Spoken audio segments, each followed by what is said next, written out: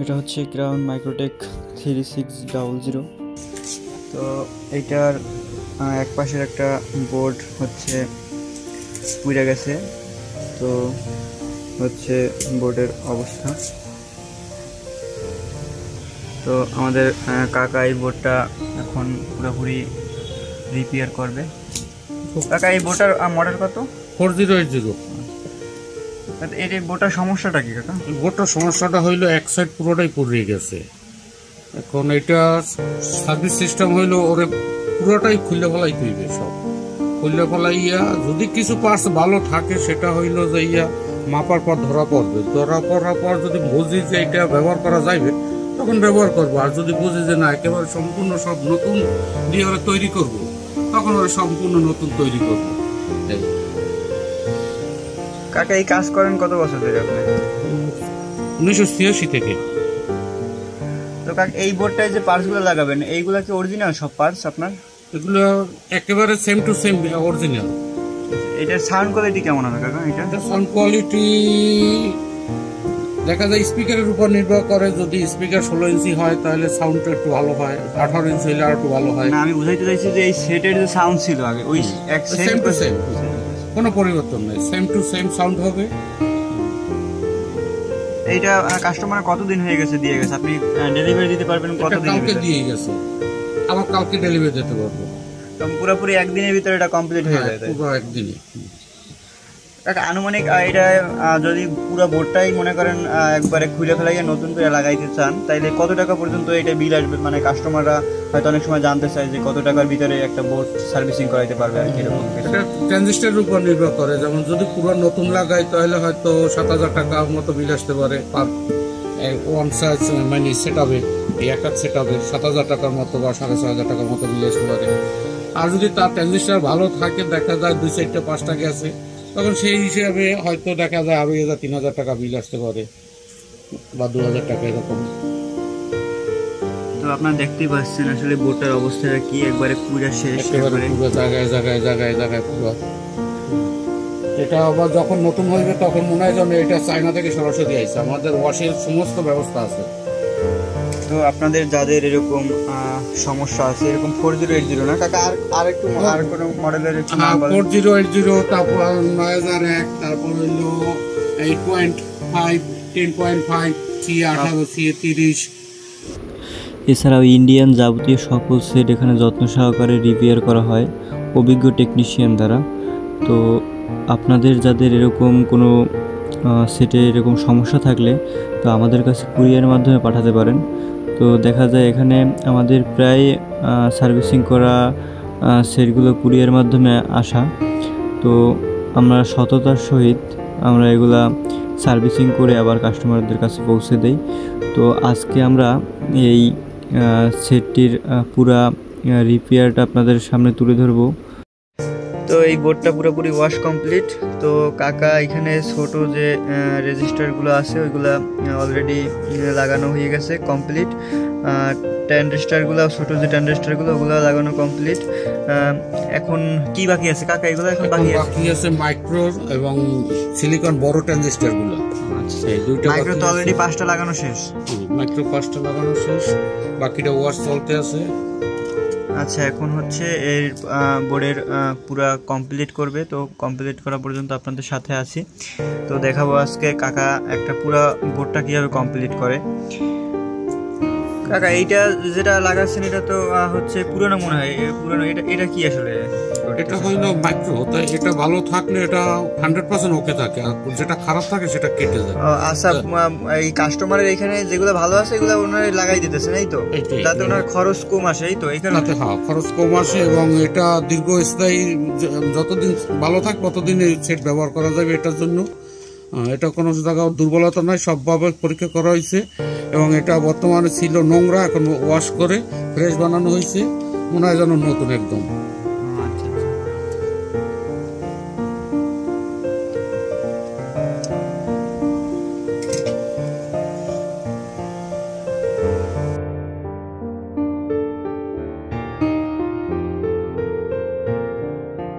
তো আমরা দেখা যায় সবসময় চেষ্টা করি যে কাস্টমারের যদি কোনো পার্টস ভালো থাকে তো আমরা পরীক্ষা পুরো দেখি যে ভালো থাকলে তো ওই পার্টসগুলো আবার দেওয়ার পুনরায় লাগাই দেওয়ার চেষ্টা করি, যাতে ওনার খরচটা কম আসে, টাকা যা বললো আর কি। তো দেখা যায় পার্টসগুলো ভালো আছে, কিন্তু ওই ময়লা পরে আর কি পুরানো হয়ে গেছে। তো আমরা ওয়াশ করছি, ওয়াশ করে আবার পুনরায় লাগাই দিয়েছি। আর যে পার্টসগুলো একেবারেই পুরোপুরি নষ্ট হয়ে গেছে ওগুলো আমরা নতুন লাগাই দিচ্ছি। এই যে নতুন মাল আমাদের।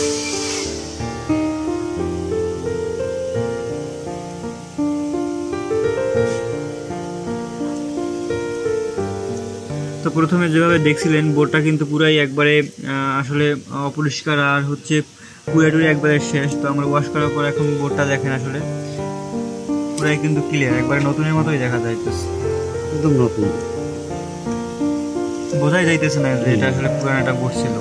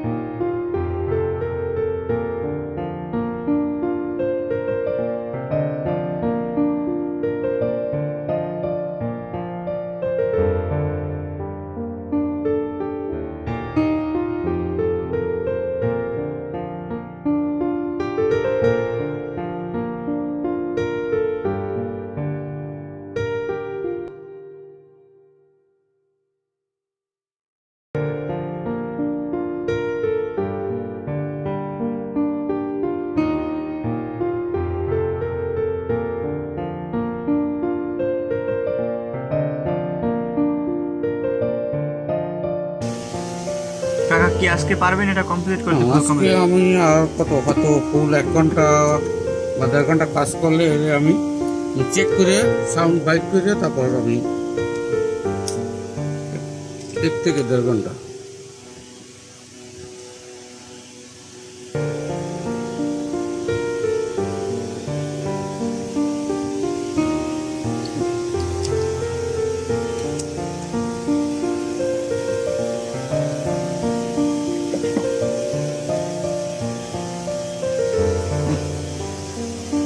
তো আপনারা নতুন নতুন ভিডিও পেতে সুজন মাল্টি টেকনোলজি ইউটিউব চ্যানেলটাকে সাবস্ক্রাইব করে রাখবেন। আমরা প্রতিদিনই চেষ্টা করব ভিডিও দেওয়ার। আপনারা যদি এভাবে সার্ভিসিংয়ের ভিডিওগুলো আসলে পছন্দ করেন তাহলে আমরা প্রতিনিয়তই ভিডিও দেওয়ার চেষ্টা করব। তো আজকে আপনাদের এই ফুল কমপ্লিট সার্কিটটা তৈরি করা দেখাবো।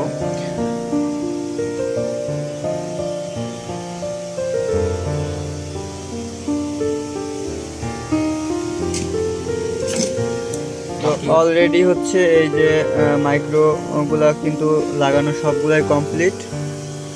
তো এখন মোটামুটি এখানে 2টা ট্রানজিস্টর আছে, 2টাই নষ্ট ছিল, তো আমাদের নতুন মাল লাগাবো এখানে। আর হচ্ছে সিলিকনের যে ট্রানজিস্টরগুলো আছে এখানে, তো মোট 10-20টা ট্রানজিস্টর যেটা লাগানো হবে, তারপরে বোর্ডটা ফুল কমপ্লিট। এরপর তো এই হচ্ছে এই যে 2টা ট্রানজিস্টর ছিল এখানের, এই ট্রানজিস্টর 2টা এটা। আর এখানে যে 20টা ট্রানজিস্টরের কথা লাগানো ছিল নতুন একবারে, এটা হচ্ছে 5200, আর এটা হচ্ছে 1943 মেটাল, এগুলো অরিজিনাল মাল। তো এখন এইখানে এই 20টা ট্রানজিস্টর লাগানো হয়েছে। তো একটা ভালো ছিল না, ওই ভাইয়ের ট্রানজিস্টর একটা ভালো ছিল না, বিদায় এগুলো সবগুলোই নতুন দেওয়া হচ্ছে।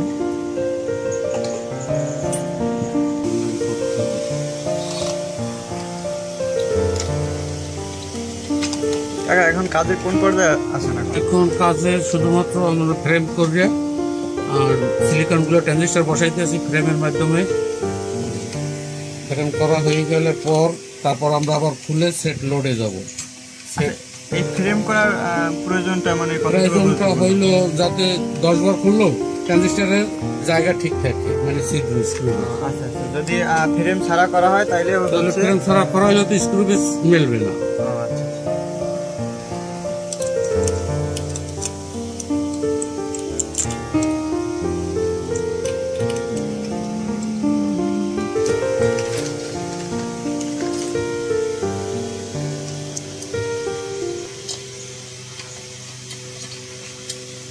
দুই পাশে ফ্রেম করা কাজ চলতেছে। চলতেছে।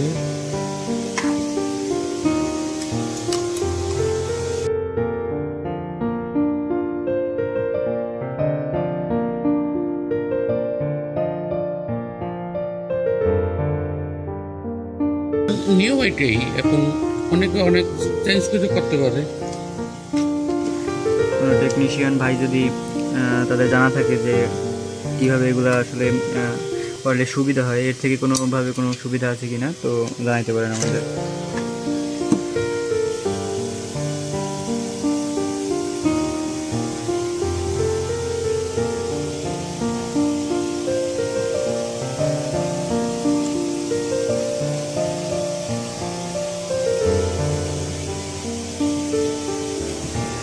তো কাকা হচ্ছে ফ্রেমের নিচে একটু গ্যাপ রাখছে, যাতে হচ্ছে কাকার কাছে জিজ্ঞেস করলাম, তো উনি বলছে যাতে কোনো পার্টসের সাথে বডির সাথে কোনো সংযোগ না থাকে। তো সংযোগ হলে অনেক সময় হচ্ছে তো ট্রানজিস্টর বাস্ট বাস্ট হইতে পারে, এই জন্য হচ্ছে এভাবে কিন্তু এটা গ্যাপ রাখছে।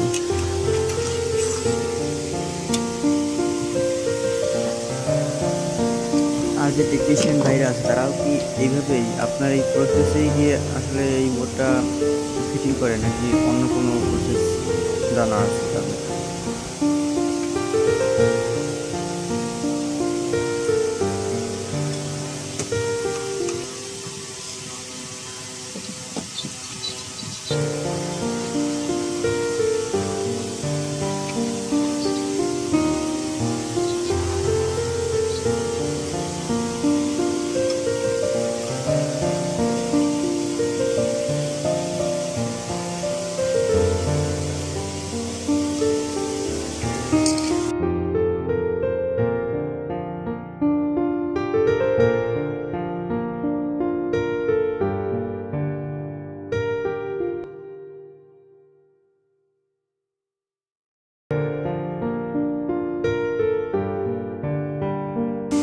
তো মোটামুটি কিন্তু ফ্রেমের কাজ পুরোই কমপ্লিট। এখন শুধুমাত্র এই ট্রানজিস্টরগুলো লাগাইলে অলোকে। তো একে একে দেখা যায় কাকা এগুলারে আসলে একটা মাপ থাকে, মাপের মাধ্যমে আর কি এগুলো লাগাবে। তারপরে হচ্ছে আপনার এটার পুরা ফুল কমপ্লিট হলে পরে এর যে মিটারের একটা আছে, মিটারের মাপ থাকে যেটা, তো ওটা কাকা দিয়ে পরে চেক করে পরে কিন্তু আসলে লোডের মাধ্যমে লোড দিতে হবে, নাহলে ঝামেলা আছে অনেক। শেষ ফ্রেমের কাজ শেষ, এখন ঘুরেই দেখা করবে ফ্রেম ভালো। তো এখানে কাকা অলরেডি এই পাশে 4টা ট্রানজিস্টর আর এই পাশে হচ্ছে 4টা। তো এইভাবে আর কি ফ্রেমটা করে নিচ্ছে। এখন কিন্তু বাকি ট্রানজিস্টর বাকি ট্রানজিস্টরগুলো একে একে বসাই দিলে ওকে।